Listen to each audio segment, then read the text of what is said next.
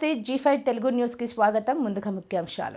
రైతుల భూములపై ట్యాక్స్ పెడతాం. ట్యాక్స్ కడితే భూ ఆక్రమణలు జరగకుండా భూమికి భద్రత ఉంటుంది.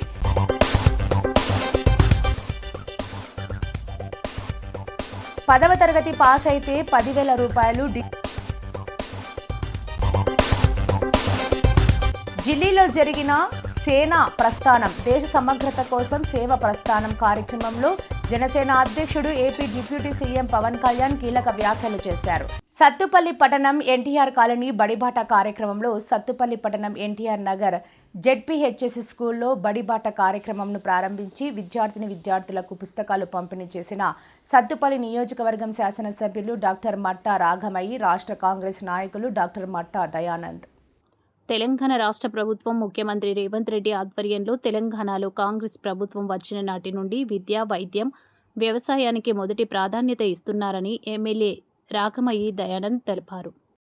Welcome to new year. మళ్ళీ కొత్తగా స్కూల్కి వచ్చినందుకు మీ అందరికీ కూడా ఫస్ట్ రోజే వచ్చినందుకు అందరికీ ముందుగా థ్యాంక్స్ చెప్తున్నాను. మళ్ళీ బాగా చదువుకోవాలని శుభాకాంక్షలు తెలియజేస్తున్నాను. ఈరోజు మిమ్మల్ని ఆశీర్వదించడానికి మేమందరం వచ్చాం. మరి మీరు కూడా, ఎందుకంటే మన గవర్నమెంట్ స్కూల్లో ఇంత మంచి రిజల్ట్ వచ్చింది, ఇంత బాగా చదువుతున్నారు అంటే మన హెచ్ఎం గారు కావచ్చు, మన టీచర్స్ కూడా మనకు అవసరమైనంత వరకు చక్కగా విడమర్చి చెప్పి మనకి ఈరోజు ఇంత 500 అబవ్ వచ్చాయి.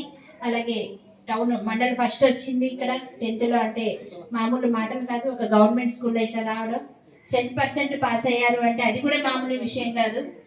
కనుక ముందుగా స్కూల్కి, హెచ్ఎంకి, మన స్టాఫ్కి, ఎంఈఓ గారికి, కాంప్లెక్స్ చైర్మన్ గారికి, మన స్టూడెంట్స్కి ముఖ్యంగా బాగా చదువుకుంటున్న పిల్లలందరికీ కూడా ప్రత్యేకంగా శుభాకాంక్షలు తెలియజేసుకుంటూ, ఇదే రిజల్ట్ ఇంకా బాధ్యత దిగింది మీకు. ఇదే రిజల్ట్ ఇక తగ్గకూడదు, ఇట్లనే కంటిన్యూ చేయాలి, ఇంకా ఎక్కువ తీసుకురావాలి రిజల్ట్ అనేది మీకు నేను విష్ చేస్తున్నాను. అలాగే ఈరోజు చూస్తే ఎన్నో సౌకర్యాలు మెరుగుపడ్డాయి. ఎందుకంటే నేటి బాలలే రేపటి పౌరులు. పిల్లలలోనే మనం ఏదైనా మంచి భావన కానీ, మంచి క్రమశిక్షణ, చదువు పట్ల ఆసక్తి, ఇట్లాంటివన్నీ వాళ్ళ మెదళ్ళలో నాటితే అవి వృక్షాలై ఫలించి సమాజానికి మంచిగా పిల్లలు పెరిగి పెద్దగా అయిన తర్వాత మంచి సమాజం అనేది వస్తుంది. అందువల్ల పిల్లల మీద ఎక్కువ దృష్టి పెట్టి, స్కూల్స్ మీద ఎక్కువ దృష్టి పెట్టి సీఎం రేవంత్ రెడ్డి గారు ఆయన పదే చెప్తా ఉంటారు, పిల్లలకి ఎంత దూరమైనా వెళ్దాం, రాష్ట్రం ఎంత అప్పుల్లో ఉన్నా సరే విద్యా వ్యవస్థకి ఎంత కావాలంటే అంత చేస్తామని ఆయన మాట ఇచ్చి వచ్చిన ఫస్ట్ రోజు నుంచి అమలు చేయడం మొదలైంది. మా చిన్నప్పుడైతే మేము ఎన్నో కిలోమీటర్లు నడిచి వెళ్ళి క్యారియర్లు కట్టుకొని పొద్దున్నే 4-5 లేస్తే కానీ అయ్యేది కాదు. క్యారియర్లు కట్టుకొని వెళ్ళాల్సి వచ్చేది. ఇవాళ మనకు అంత అవసరం ఏమీ లేదు. మా ఫ్రెండ్స్ ఉండేవాళ్ళు పక్కన 20-30 కిలోమీటర్ల దూరం నుంచి మండలంలో ఒకటే హై స్కూల్ ఉండేది. వాళ్ళు 3-4 లేచి అక్కడి నుంచి వచ్చి ఇంట్రెస్ట్ ఉంటే, అప్పట్లో మా చిన్నప్పుడు అమ్మాయిలు చదువు అంటే అంత ఇంట్రెస్ట్ ఉండేది కాదు. పేరెంట్స్కి చదవాలి అంటే పేరెంట్స్ అట్లా ప్రోత్సహించి పంపిస్తే కొన్ని ఫ్యామిలీలే 10th వరకు చదివేవాళ్ళు. ఆ చదువుకోవడానికి కూడా వాళ్ళు అంత పొద్దున్నే లేచి తయారయ్యి బస్సు ఎక్కి వచ్చి చదువుకొని వెళ్ళాల్సి వచ్చేది. ఇప్పుడు అట్లా లేదు. మనకి ప్రతి విలేజ్లో, కొన్ని విలేజ్లో అయితే 3-4 స్కూల్స్ కూడా ఉన్నాయి. ఇప్పుడు మన సత్తుపల్లి తీసుకుంటే ఎన్ని స్కూల్స్ సార్ ఇక్కడ మొత్తం ఉన్నాయి సత్తుపల్లి టౌన్లో. మా చిన్నప్పుడు అట్లా కాదు. మా టౌన్లో సెంటర్ మండల కేంద్రంలో ఒక్కటే ఉండేది. చుట్టుపక్కల పల్లెల నుంచి అక్కడికి రావాల్సి వచ్చేది. ఓన్లీ ప్రైమరీ స్కూల్సే ఉండేవి అనమాట ఊళ్ళల్లో. అలాంటిది గవర్నమెంట్ ఇంత ప్రోత్సహించి ఇంత చేస్తుంటే మన పేరెంట్స్ ప్రైవేట్ స్కూల్స్లో చదువు బాగుంటుంది అన్న అపోహలతోటి డబ్బులు ఖర్చు అయినా అక్కడ పంపిస్తున్నారు. కానీ ఇప్పుడు చాలా అవగాహన పెరిగింది. ఈ రిజల్ట్స్ చూసిన తర్వాత ఈ వరుసగా ఈ 2 years నుంచి చేసిన కృషికి ఈరోజు స్కూల్స్లో కూడా ఎన్రోల్మెంట్ పెరిగి పిల్లలందరూ కూడా అత్యంత సమీపంలో ఉండే స్కూల్స్లో జాయిన్ అవుతా ఉన్నారు. టీచర్స్ కూడా అంతే శ్రద్ధతోటి బడిబాట ప్రోగ్రామ్ చేసి ఎన్రోల్మెంట్ పెంచడం కానీ, పిల్లల బాగోగులు చూసుకోవడం కానీ, మరి ఇప్పుడే శైలకుమారి గారు చెప్పారు, మేడం గారు, మిడ్ డే మీల్స్ కూడా దగ్గరుండి వండించి మరీ వడ్డిస్తున్నారు. సొంత పిల్లలన్నా చూసుకుంటారో లేదో కానీ ఇప్పుడు టీచర్స్ మన మీదే ఫోకస్ పెట్టి స్కూల్లో ఉన్నంతసేపు మీ గురించి ఆలోచించి ఈరోజు అంత చేస్తున్నారు. త్వరలో రైతుల భూములపై ట్యాక్స్ పెడతాం. ట్యాక్స్ కడితే భూ ఆక్రమణలు జరగకుండా భూమికి భద్రత ఉంటుంది. అసెంబ్లీలో ఈ అంశంపై చర్చలు జరిపి అమలు చేయాలని ఆలోచిస్తున్నాం. మంత్రి పొంగులేటి శ్రీనివాసరెడ్డి. ఆనాడు రకం కట్టడం అనేది పటేళ్లు పట్టువారీలు ఉన్నప్పుడు ఆ వ్యవస్థ కొద్ది రోజులు తీసేసిన తర్వాత కూడా రకం కట్టేది ఒక వ్యవస్థ ఉండేది.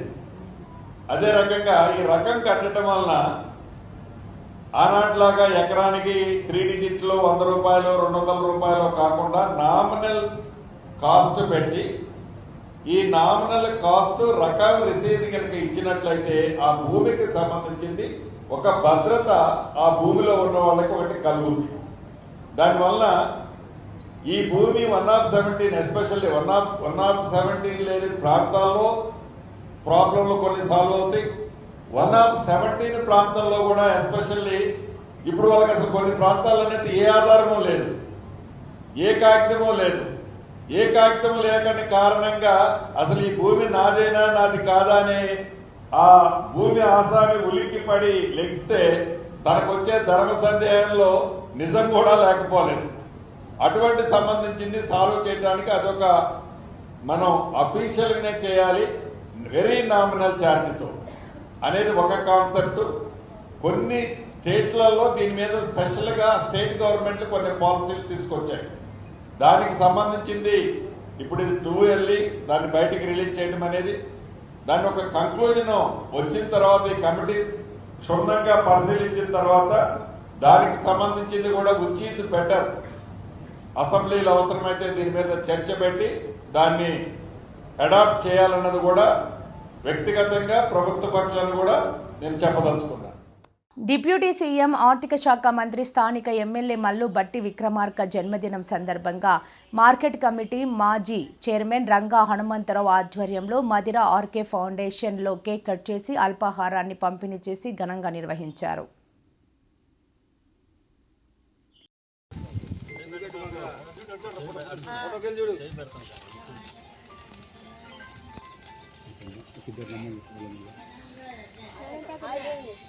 వాళ్ళకి టిఫిన్ ప్లేట్లలో అరటిపండ్లను అవి పెట్టించేసి అయిపోతుంది.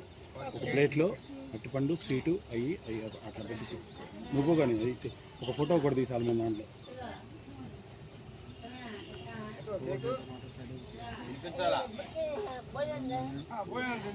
ఓటర్ల జాబితా సమగ్ర సవరణపై కాంగ్రెస్ పార్టీ నాయకులు కార్యకర్తలు అవగాహన కలిగి ఉండాలి.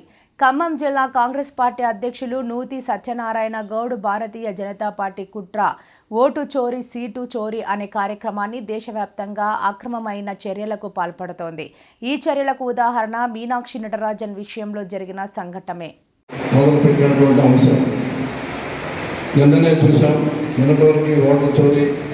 మొన్నటి సీట్ల చోరీ కూడా సీట్ చోరీ కూడా మొదలుపెట్టింది బీజేపీ పార్టీ. అందుకు నిదర్శనమే మీనాక్షి నటరాజన్ నామినేషన్ తిరస్కారం. బాధ్యతలు ఏంటి, డిఎల్ఏల పనులు ఏం చేయాలనే దాని మీద క్షుణ్ణంగా మరి రాష్ట్రం నుంచి వచ్చినటువంటి ఇన్ఛార్జ్ లోకేష్ యాదవ్ గారు మీకు వివరిస్తారు. అలాగే బట్టి విక్రమార్క గారు కూడా నిశ్చితంగా పరిశీలిస్తూ ఉన్నారు.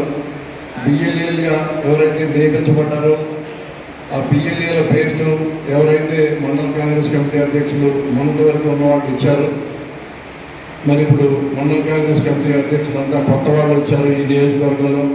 కాబట్టి కొత్తగా వచ్చినటువంటి మండల అధ్యక్షులు పాత మండల అధ్యక్షులతో సమన్వయం చేసి ఏదైనా కారణాల వల్ల రాకపోయినా మీరు వెంటనే సాయంత్రం వెళ్ళి వాళ్ళందరినీ సమావేశపరచుకొని ఇక్కడ జరిగిన ప్రతి విషయాన్ని వాళ్ళకి తెలియపరిచి మరి ఈ బిఎల్ఏల బాధ్యతలు ఏంటో వాళ్ళకి తెలియజెప్పి ఎక్కడా కూడా కాంగ్రెస్ వైపు ఒక్కటి కూడా పోవడానికి వీలు లేకుండా మీరు జాగ్రత్తలు తీసుకోవాలని చెప్పి మండల కాంగ్రెస్ కమిటీ అధ్యక్షులు విజ్ఞప్తి చేస్తారైనా కూడా మండల పార్టీ అధ్యక్షులే పూర్తిగా బాధ్యత వహించాలి. ఎందుకంటే కాంగ్రెస్ పార్టీ తరఫున మీరే ఆ మండలంలో సేనాధిపతులు.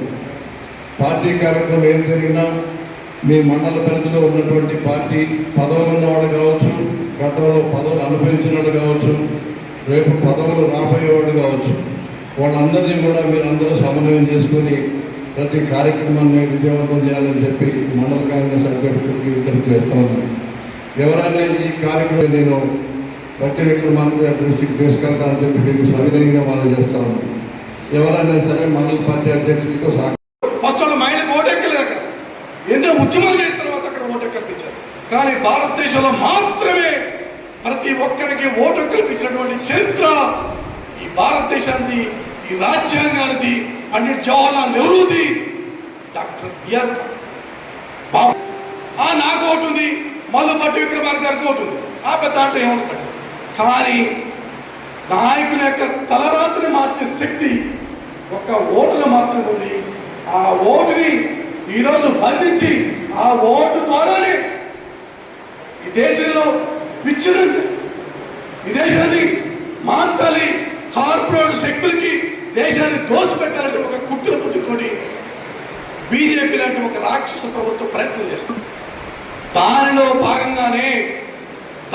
భాగంగానే ఈరోజు ఎస్ఐఆర్ అంత అనుకుంటున్నాను. అంత ఎస్ఐఆర్ అంటే ఒకటే సమగ్ర ఓటర్ లిస్టు సవరణ కార్యక్రమం. సమగ్ర ఓటర్ లిస్టు సవరణ చేస్తారు అంతే. ఇప్పుడు ఆల్రెడీ మీరు మన మండలాల్లో ఎంఆర్ఓ ఆఫీసులో BLO booth level officers family mapping చేస్తున్నారు. ఆల్రెడీ చేస్తున్నారు అంతా.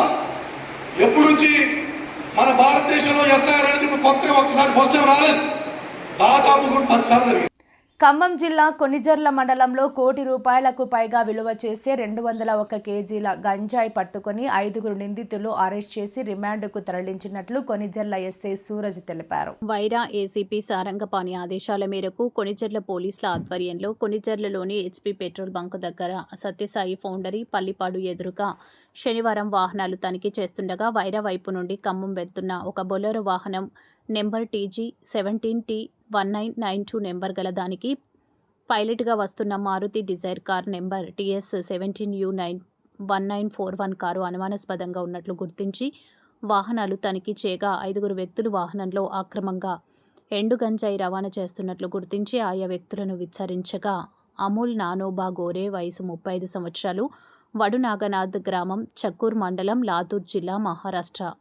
వసంత జాదవ్ 40 సంవత్సరాలు, కుతివాడి తండా, బాన్స్వాడ మండలం, కామారెడ్డి జిల్లా, తెలంగాణ రాష్ట్రం. లక్ష్మణ్ నాగనాథ్ కరే 26 సంవత్సరాలు, చక్కూర్ గ్రామం, చక్కూర్ మండలం, లాతూర్ జిల్లా, మహారాష్ట్ర.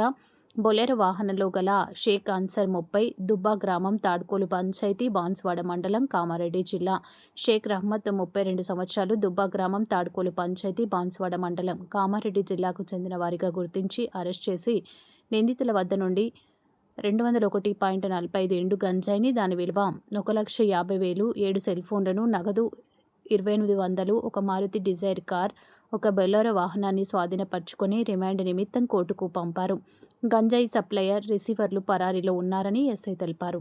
10వ తరగతి పాస్ అయితే ₹10,000, డిగ్రీ పాస్ అయితే ₹25,000, పీజీ పాస్ అయితే ₹1,00,000, పీహెచ్డీ పాస్ అయితే ₹5,00,000.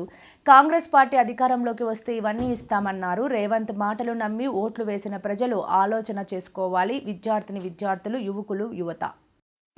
విద్యా జ్యోతుల పథకం, ఎస్సీ ఎస్టీ విద్యార్థులు 10వ తరగతి పాస్ అయితే ₹10,000 నగదు, గ్రాడ్యుయేట్ పూర్తి చేస్తే ₹25,000 నగదు, పోస్ట్ గ్రాడ్యుయేషన్ పూర్తి చేస్తే ₹1,00,000 నగదు అందజేత. ఎంఫిల్, పిహెచ్డి చేసిన ఎస్సీ ఎస్టీ విద్యార్థులకు ₹5,00,000 నగదు బహుమతి ఇవ్వాలని కాంగ్రెస్ పార్టీ ఇవాళ నిర్ణయం తీసుకుంది.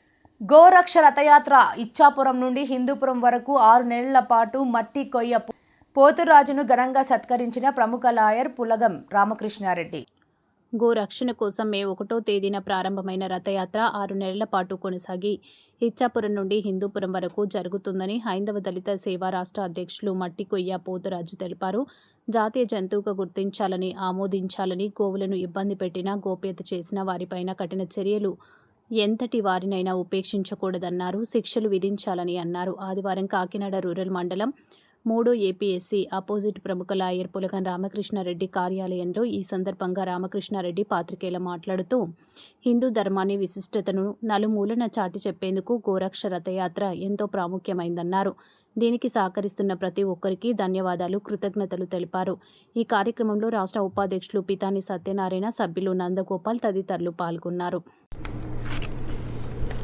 నమస్కారం అండి. లాయర్గా కృష్ణారెడ్డిగా మీ అందరికీ సుపరిచితమే. అయితే ఈరోజు చాలా శుభదినం, చాలా సంతోషకరమైన రోజు అండి.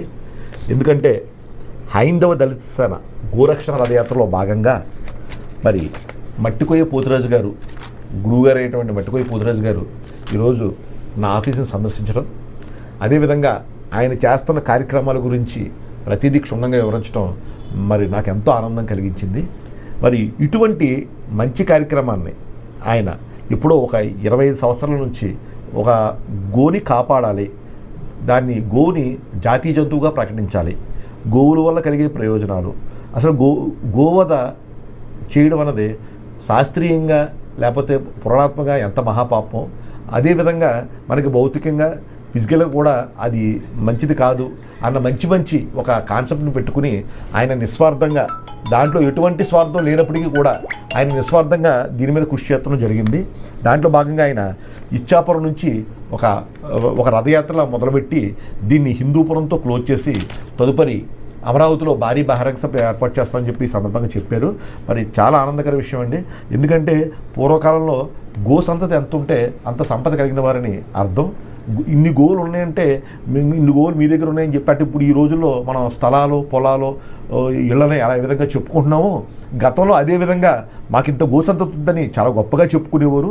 ఆ రోజుల్లో మరి ఎటువంటి కెమికల్స్ లేకుండా పంటలు చక్కగా పండేవి, ఆయుర్దాయం బాగుండేది, మన పూర్వీకులు ఎంతో ఆరోగ్యంగా ఉన్నారు. మరి అనేక నాగరికత అన్న ఒక ప్రపంచ నాగరికత అభివృద్ధి చెందే దశలో కొన్ని మార్పులు వస్తున్నప్పటికీ కూడా ఆ మార్పులు స్వాగతిస్తూనే ఈ గోమాత యొక్క సంతతి యొక్క అభివృద్ధి, అసలు గోమాత అంటే ఏంటి, గోవులో ఉపయోగం ఏంటంటే మన భవిష్యత్ తరాలకు తెలియజేయడంతో పాటు ఇటు ఈ మధ్యకాలంలో అనేక సంస్కృతులు నాగరికత రీత్యానే గోవధ ముఖ్యంగా బాగా ఎక్కువైపోయింది. దాన్ని కూడా నివారించాలి. ఎందుకంటే ఒక గో ప్రాణం విడిచింది, ఒక గో యొక్క రక్తం మన నేల మీద పడింది అంటే దానికి ఇందాక చెప్పినట్టుగా సైంటిఫిక్గా, శాస్త్రీయంగా ఎన్నో ప్రకృతి వైపరీత్యాలకు, లేకపోతే భూకంపాలకు, రకరకాలకి అనేక రకాల వినాశనాలకి దారితీస్తుంది. అందువల్ల ప్రతి ఒక్కరూ కూడా గోమాతని, హైందవ సోదరులందరూ కూడా వారు 33 కోట్ల మంది దేవతలు గోమాతలో చూసుకుంటారు. అదేవిధంగా ప్రతి కులస్థుడు, ప్రతి మతస్థుడు కూడా వారికి అన్నం పెట్టి, వారికి ఎంతో పాడి పంటలు ఇచ్చి, వారికి జీవనాధారం చూపించే గోమాతనే వాళ్ళకు కూడా దేవుడితో సమానమే. మరి అటువంటి దైవగుణం గల గోవుని మనం పెంపొందించి మనం అభివృద్ధి చేయడం ద్వారా అన్ని రకాలుగా కూడా, అంటే పారిశ్రామికీకరణగా ఎన్నో మాటలు చెప్తున్నారు. మరి ఈ గో ప్రొడక్ట్స్ మనం పాల రూపంలో లేకపోతే వేరే అన్ని రకాల రూపంలో కూడా దీన్ని విదేశాలకి ఎక్స్పోర్ట్ చేసి గొప్ప ఇదిగా మనం సాధించినట్లయితే పారిశ్రామిక కూడా మనం ఈ విధంగా అభివృద్ధి చెందినట్టు అవుద్ది. కాబట్టి మరి మట్టికోయ పోతురాజు గారికి ఇంత మంచి కార్యక్రమాన్ని ముందుకు తీసుకెళ్తున్నందుకు మరి మా అందరికీ కూడా మాలో ఎప్పుడో దాగి ఉన్న ఆ అభిలాషని పైకి తీసుకొచ్చి మా సత్యనారాయణ గారు లాంటి మన నందగోపాల్ రెడ్డి వీరందరినీ కూడా ఇలాంటి మాలాంటి వాళ్ళు కూడా ఎంకరేజ్ తీసుకొచ్చి మాలో ఉన్న ఉత్సుకతను బయటికి తీసుకొచ్చి మేము 10 మందికి చెప్పేలాగా మమ్మల్ని ప్రోత్సహిస్తున్నందుకు మరి ఆ పరమేశ్వరుడు ఎల్లవేళలా మీ అందు ఉండి మిమ్మల్ని మరిందుకి ముందుకు నడిపించాలని కోరుకుంటున్నానండి. ఈ సందర్భంలో మాకు తోచిన విరాళాలతో పాటు అలాగే మీకు ఎన్నో కార్యక్రమాలు ఉంటాయి. దీనికి ఎంతో ఖర్చుతో కూడిన పని. దీనికి ఎటువంటి గవర్నమెంట్స్ కానీ లేకపోతే ఇంకొక సహాయం ఎటువంటి కూడా డైరెక్ట్గా అందజేయడానికి వీలు లేనివి. ఇవి మీ అంతటా మీరు కృషి చేసి కొంత ఇది చేశాక ఆటోమేటిక్గా అన్నీ వస్తాయి. కాబట్టి అంతవరకు మీకు ఆ చేయూత అందే వరకు మాలాంటి వారు కూడా ఏదో ఉడతాభక్తిగా మిమ్మల్ని ముందుకు నడిపించి మాకు తెలిసిన సర్కిల్లో ఆయన ముందుకు అభివృద్ధి పైన చేయాలని చెప్పి నేను మనస్ఫూర్తిగా కోరుకుంటున్నాను. మరి ఆ శ్రీకృష్ణ పరమాత్ముడు నాకు ఆ శక్తిని కలగజేయాలని చెప్పేసి కోరుకుంటూ థ్యాంక్ యూ సార్. జై గోమాత. ఢిల్లీలో జరిగిన సేనా ప్రస్థానం దేశ సమగ్రత కోసం సేవ ప్రస్థానం కార్యక్రమంలో జనసేన అధ్యక్షుడు AP deputy CM Pawan Kalyan కీలక వ్యాఖ్యలు చేశారు. జాతీయ సమగ్రత జనసేన సిద్ధాంతమని, దేశ స్ఫూర్తిని ముందుకు తీసుకెళ్లడమే తమ లక్ష్యమని ఆయన తెలిపారు. తెలంగాణ ఏర్పాటు, కాంగ్రెస్ నేతల తీరుపై పవన్ కళ్యాణ్ విమర్శలు గుప్పించారు. అనేక మార్లు చెప్పాను, 2014లో కాంగ్రెస్ పార్టీ ఆంధ్రప్రదేశ్ రాష్ట్రాన్ని విభజించిన తీరు మీద మనం ఆవేదన వెలిబుచ్చాం తప్ప ఇక్కడ తెలంగాణ రాష్ట్ర విభజనని జనసేన ఏ రోజు కూడా దాన్ని అడ్డు చెప్పలేదు. ఇది 2009 నుంచి నేను రిపీటెడ్గా నేను చెప్తున్నా, this is my commitment and also Janasena's commitment for betterment of Telangana, for the statehood of Telangana. కాకపోతే కాంగ్రెస్ పార్టీ విభజించిన తీరు మటుకు ఒక అసంతృప్తిని, ఒక అశాంతిని సృష్టించింది. ఈ రోజుకి ఆ వారసత్వపు సమస్యలు ఇలాగే ఉన్నాయి, ఆస్తుల పంపకాలు కావచ్చు. అంటే ఇవన్నీ కాంగ్రెస్ పార్టీ ఆ రోజు చేసిన విభజించిన విధానం కానీ, వాళ్ళ డివిజివ్నెస్ అప్రోచ్ కానీ ఈ రోజుకి ఆ ధోరణి మారలేదు. దానికి ఉదాహరణ ఇటీవల తెలంగాణలో జనసేన సభని అనుమతులు ఇవ్వకుండా అడ్డుకోవడం. ఈరోజు ఎజెండాలో ఇది ప్రధాన అంశం కానప్పటికీ కూడా ప్రతిసారి ఒక్కొక్క రాజకీయ పార్టీ తమ సొంత రాజకీయ సరిహద్దులు పెట్టుకొని ఎలాంటి విభజనలు సృష్టిస్తారో చెప్పడానికి నేను దీన్ని ఒక ఉదాహరణగా చెప్తున్నాను. రాష్ట్రంలో వైసీపీ సోషల్ మీడియా కార్యకర్తలపై ప్రభుత్వం ఆంక్షలు విధించడాన్ని రాష్ట్ర మాజీ ఉప ముఖ్యమంత్రి ధర్మాన కృష్ణదాస్ ఖండించారు. సోమవారం నరసన్నపేట వైసీపీ కార్యాలయంలో ఆయన మాట్లాడుతూ, వైసీపీ సోషల్ మీడియా కార్యకర్తలపై లేనిపోని ఆరోపణలు చేస్తూ ప్రభుత్వం తరపున అధికారుల ద్వారా అణిచివేసే కార్యక్రమం జరుగుతోందని ఆరోపించారు. దీనిని తామంతా ఖండిస్తున్నామని ఆయన తెలిపారు. సోషల్ మీడియాపై ప్రస్తుత ప్రభుత్వ ఆంక్షలు చట్టబద్ధమైనది కాదు. ఈరోజు న్యాయమైనటువంటి పోరాటం చేస్తున్నటువంటి వైఎస్ఆర్ పార్టీపై ఈనాటి ప్రభుత్వంలో ఉన్నటువంటి పెద్దలు, మంత్రులు, ఎమ్మెల్యేలు చేస్తున్నటువంటి తప్పుడు విధానాలని, అరాచకాలని ప్రశ్నిస్తుంటే దానిని గొంతునొక్కే కార్యక్రమం ఇవాళ చేయడం జరుగుతుంది. ఇది పూర్తిగా అప్రజాస్వామికం. ప్రజలకి సోషల్ మీడియా పట్ల ఒక గౌరవభావం ఉంది. దాన్ని అణగదొక్కాలన్నటువంటి ప్రయత్నం అయితే 100% కూడా తప్పు. న్యాయబద్ధంగా జరుగుతున్నటువంటి సోషల్ మీడియాలో ఉన్న ప్రజలను కూడా రాకుండా చేయాలన్నటువంటి దురుద్దేశంతో ఈవేళ అనేక రకాల ఆంక్షలు విధించి సోషల్ మీడియాను అడ్డుకున్నటువంటి వైనం ప్రస్తుత ప్రభుత్వం తాలూకా విధానాన్ని పూర్తిగా మేము ఖండిస్తున్నాం. వైఎస్ఆర్ పార్టీ నేతలు న్యాయబద్ధంగా చేస్తున్నటువంటి ఏ పని కూడా మరి సరిగ్గా జరగనివ్వకుండా ప్రభుత్వ పెద్దలు, ప్రభుత్వ మంత్రులు, ఎమ్మెల్యేలు, అధికారులు అనేక రకాలుగా అడ్డుకున్నటువంటి పరిస్థితులు ఈవేళ రాష్ట్రంలో ఉన్నాయి. ఇది పూర్తిగా చట్టవిరుద్ధమైనటువంటి కార్యక్రమం ఇది. మరి ప్రజలు దీన్ని గమనిస్తున్నారు.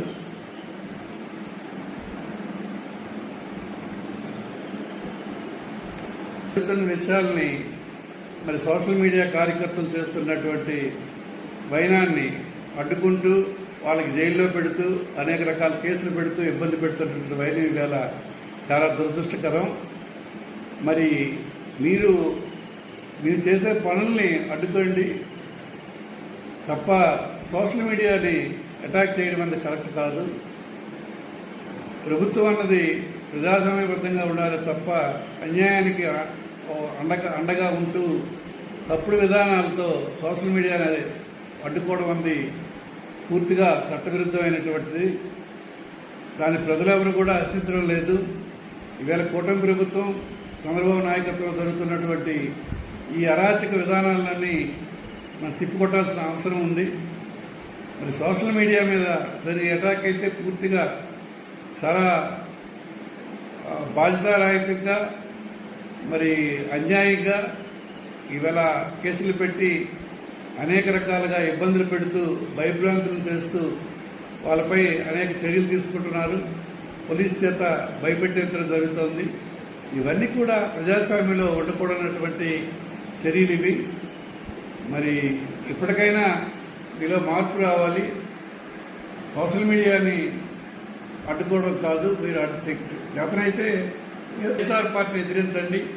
మమ్మల్ని 57వ రోజు చలివేంద్రం లస్సీ ఫ్రూట్ సలాడ్ పంపిణీ శ్రీ సద్గురు సాయి బాబా ట్రస్ట్ వ్యవస్థాపక అధ్యక్షులు సాయిరాం రాంబాబు మీనాక్షి దంపతుల ఆధ్వర్యంలో గత 3 నెలలు మజ్జిగ ఫ్రూట్స్ సలాడ్ లస్సీ పంపిణీ కార్యక్రమాన్ని AP IIC main road Shri Abhaya Anjaneya Swamy ఆలయ ప్రాంగణంలో ఘనంగా నిర్వహిస్తున్నారు. ఈ సందర్భంగా వ్యవస్థాపక అధ్యక్షులు సాయిరాం రాంబాబు మాట్లాడుతూ దాతల సహకారంతో ప్రతి సంవత్సరం క్రమం తప్పకుండా గత 14 సంవత్సరాల నుండి పాదచారులకు, వాహనదారులకు, అలాగే బ్లైండ్ స్కూల్ బాలుల పాఠశాలలో మజ్జిగ, లస్సీ, ఫ్రూట్ సలాడ్ పంపిణీ కార్యక్రమాన్ని నిర్వహిస్తున్నట్లు తెలిపారు. మా గురుదేవులు మామిడిపల్లి రామారావు లక్ష్మి దంపతుల ఆశీస్సులతో ముందుకెళ్తున్నామని అన్నారు. అలాగే చుండ్రు కొండలరావు జ్ఞాపకార్థం భార్య సుబ్బలక్ష్మి సహకారంతో ఈరోజు హెడ్ కానిస్టేబుల్ వెంకట నారాయణ రెడ్డి తన తండ్రి సూర్యనారాయణ రెడ్డి జ్ఞాపకార్థం మజ్జిగ పంపిణీ చేశారు. ఈ కార్యక్రమంలో జ్యోతుల కొండలరావు, పొలప గంగరాజు, స్వామిరాజులు రాయుడు, బాబ్జీ పితాని, ప్రసాద్ చిన్న, కంచర్ల సతీష్, కండపల్లి సతీష్, చిరంజీవి, సద్గురు సాయిబాబా ట్రస్ట్ సభ్యులు తదితరులు పాల్గొన్నారు. నమస్కారం అండి. మా గురుదేవులు మామిడిపల్లి రామారావు గారు, లక్ష్మి గారి ఆశీర్వచనంతో గత 14 సంవత్సరాలుగా ఈ సెలవేంద్రాలు రన్ చేస్తున్నామండి. మహాత్ముల సాంగత్యంతో, షిరిడి సాయిబాబా గారి ఆశీర్వచనంతో, నా శ్రేయాభిలాషులు, ఫ్రెండ్స్ అందరూ సాయ సహకారాలతో ఈ 3 నెలల పాటు సెలవేంద్రాలు రన్ చేసామండి. ఈరోజు ప్రస్తుతానికి ఈరోజు బ్లైండ్ స్కూల్, అందులో ఆశ్రమం, బాలికల పాఠశాలలో కూడా ఫ్రూట్ సలాడ్, లస్సీ కూడా పంచుతామండి మధ్యాహ్నం 2 గంటలకి. అదేవిధంగా ఇక్కడ ఈరోజు చుండ్రు కొండరావు గారి జ్ఞాపకార్థం సుబ్బలక్ష్మి గారు ప్రతిరోజు మజ్జిగ వితరణ చేస్తున్నారు. అలాగే ఈరోజు హెడ్ కానిస్టేబుల్ గారు రూరల్ సిఏ గారి ఆఫీసులో రెడ్డి గారు ఈరోజు స్పాన్సర్ చేశారు. అలాగే దాతల సహకారం ప్రతి వాళ్ళకి కూడా దాతలు ముందుకొచ్చి మాకు సహకరించిన ప్రతి వారికి కూడా పేరు పేరున కృతజ్ఞతలు, ధన్యవాదాలు తెలియపరుచుకుంటున్నానండి. సూర్యనారాయణ రెడ్డి గారి జ్ఞాపకార్థం వీర వెంకట నారాయణ రెడ్డి గారు ఈరోజు మజ్జిగ వితరణ చేశారు. అలాగే అదేవిధంగా ప్రతిరోజు కూడా చుండ్రు సుబ్బలక్ష్మి గారు వారు భర్త గారి జ్ఞాపకార్థం ప్రతిరోజు మజ్జిగ వితరణ చేస్తున్నారు. పేరు పేరున నాకు సహకరించిన ప్రతి వారికి కూడా పేరు పేరున ధన్యవాదాలు, కృతజ్ఞతలు తెలియపరుచుకుంటూ 57వ రోజు అండి ఈరోజు. నాకు సహకరించిన ప్రతి వారికి కూడా పేరు పేరున ధన్యవాదాలు తెలియపరుచుకుంటూ నమస్కారం. వార్తలు ముగించే ముందు ముఖ్యాంశాలు మరోసారి. త్వరలో రైతుల భూములపై ట్యాక్స్ పెడతాం. ట్యాక్స్ కడితే భూ ఆక్రమణలు జరగకుండా భూమికి భద్రత ఉంటుంది.